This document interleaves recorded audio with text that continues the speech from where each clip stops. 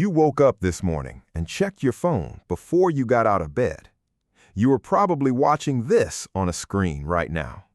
And tonight, before you sleep, you will check it one more time.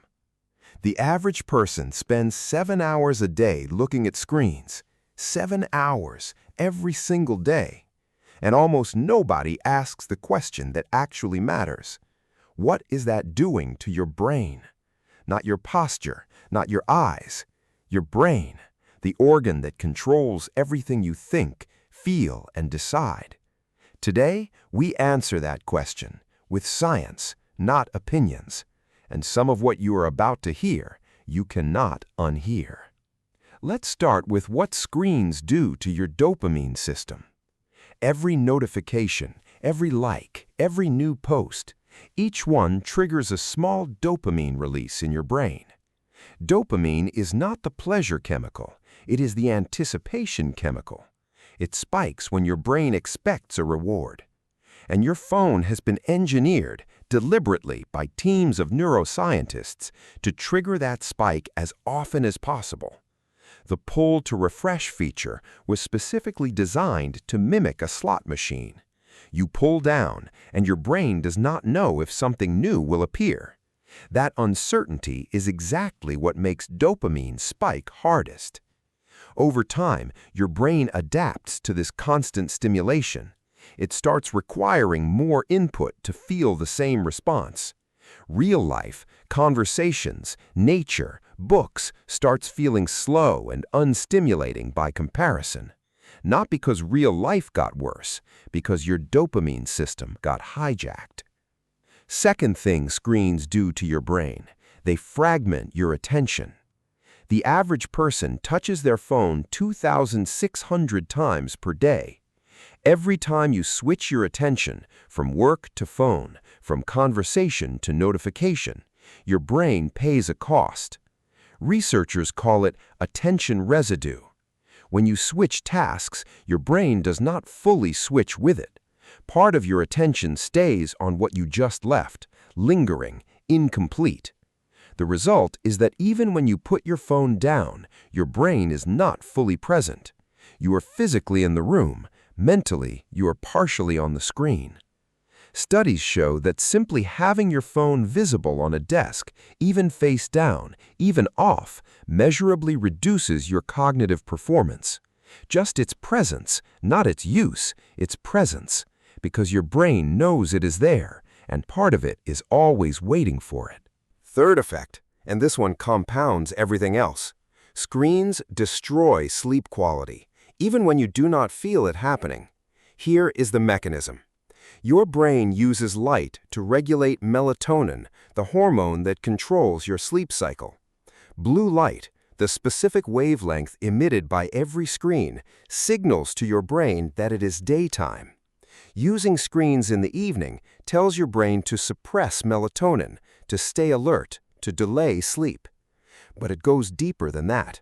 The content on screens, the social comparison, the news, the stimulation, activates your stress response. Cortisol rises. Your nervous system shifts into alert mode.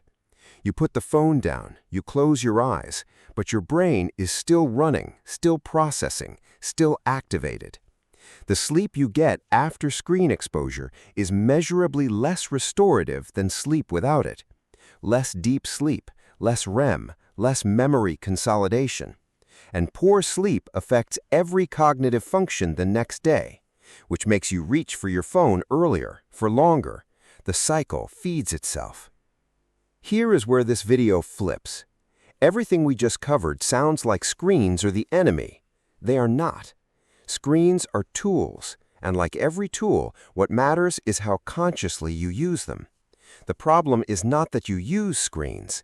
The problem is that screens were designed by some of the most sophisticated behavioral scientists alive, specifically to minimize your conscious control over how you use them. You are not weak for getting pulled in.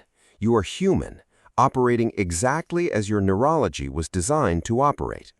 When you understand the mechanism, you get your power back, not by throwing your phone away, by using it on your terms instead of its terms.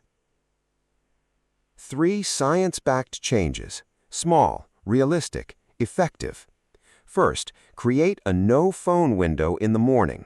The first 30 minutes after waking up, your brain is in a highly suggestible state. Whatever you expose it to first sets the neurological tone for the entire day.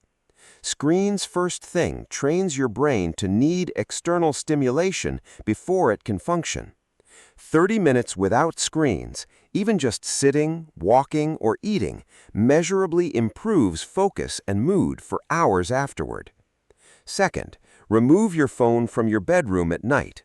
Not face down, not on silent, out of the room. Buy an actual alarm clock. They cost $8.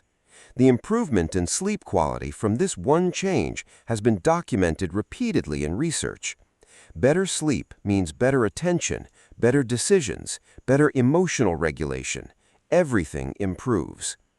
Third, turn off all non-essential notifications permanently. Not on silent, off. You check your phone when you choose to, not when it summons you. This single change reduces compulsive phone checking by over 40%, according to research from the University of British Columbia. Your brain was not designed for 7 hours of screens per day, but it is extraordinarily adaptable. Give it the right conditions, and it recalibrates faster than you think. You are not addicted. You are not broken. You are just running on a system that was hacked without your permission. Now you know how it works. That's where the change starts. See you in the next one.